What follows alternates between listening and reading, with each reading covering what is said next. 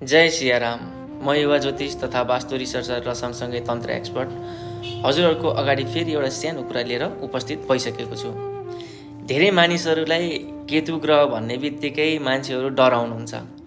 ओहो, मेरो त केतुको दशा चल्यो, यसले त मलाई बर्बादै पार्छ भन्ने चाहिँ मान्छेको मानसिकतामा धेरै यो कुराले हानिरहेको हुन्छ। हजुरहरूलाई म के भन्न चाहेँ भनेपछि कुनै पनि हाम्रो 9वटा ग्रहमा कुनै पनि ग्रहहरू यस्तो हुँदैन कि सधैँ त्यसले नेगेटिभ नै इम्प्याक्ट पारिराख्छ भन्ने कुरा चाहिँ हुँदैन। सबै ग्रहहरू राम्रो, किनकि ग्रहहरूबाट हामीले जुन एउटा पाउने इनर्जी हुन्छ, किनभने इनर्जी भनेको neither be created nor be destroy भनिन्छ। र इनर्जी भनेको चाहिँ कस्तो भनेपछि यहाँ मेरो हातमा यदि केही गरी सफा कुरा सफा वस्तु मैले हातमा राखेछु भनेपछि त्यहाँ कुनै इनर्जीले त्यसलाई टच गर्छ भनेदेखिमा त्यो पोजिटिभै हुन्छ। तर केही गरी मेरो यहाँ फोर वस्तु मैले के राखेछु भनेपछि कुनै इनर्जीले त्यसलाई टच गर्छ भने त्यो नेगेटिभ इनर्जी नै हुन्छ। विशेष गरी केतुको महादशा अन्तर्दशा चलेको बेलामा चाहिँ व्यक्तिहरूलाई प्राय जसो यो मन्त्रहरू तन्त्रहरूमा बढी रुचि लाग्छ, किनकि केतु भनेको एक हिसाबले वैराग्यता हो। र वैराग्यता लाग्नु भनेको चाहिँ आध्यात्मिक क्षेत्रमा मान्छेहरूको दिमाग बढी बढ्नु, धर्म कर्म भनेको के हो भन्ने कुराहरू सोच्नतिर दिमाग जान्छ। हजुरहरूले पनि आफ्नो धेरै कुरामा विचार गर्न सक्नुहुन्छ।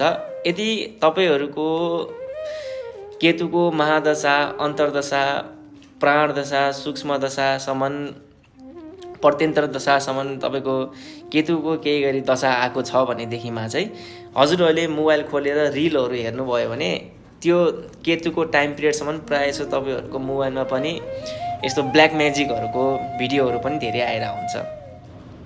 यो भनेको चाहिँ ग्रह दशाले पार्ने प्रभावहरू हो।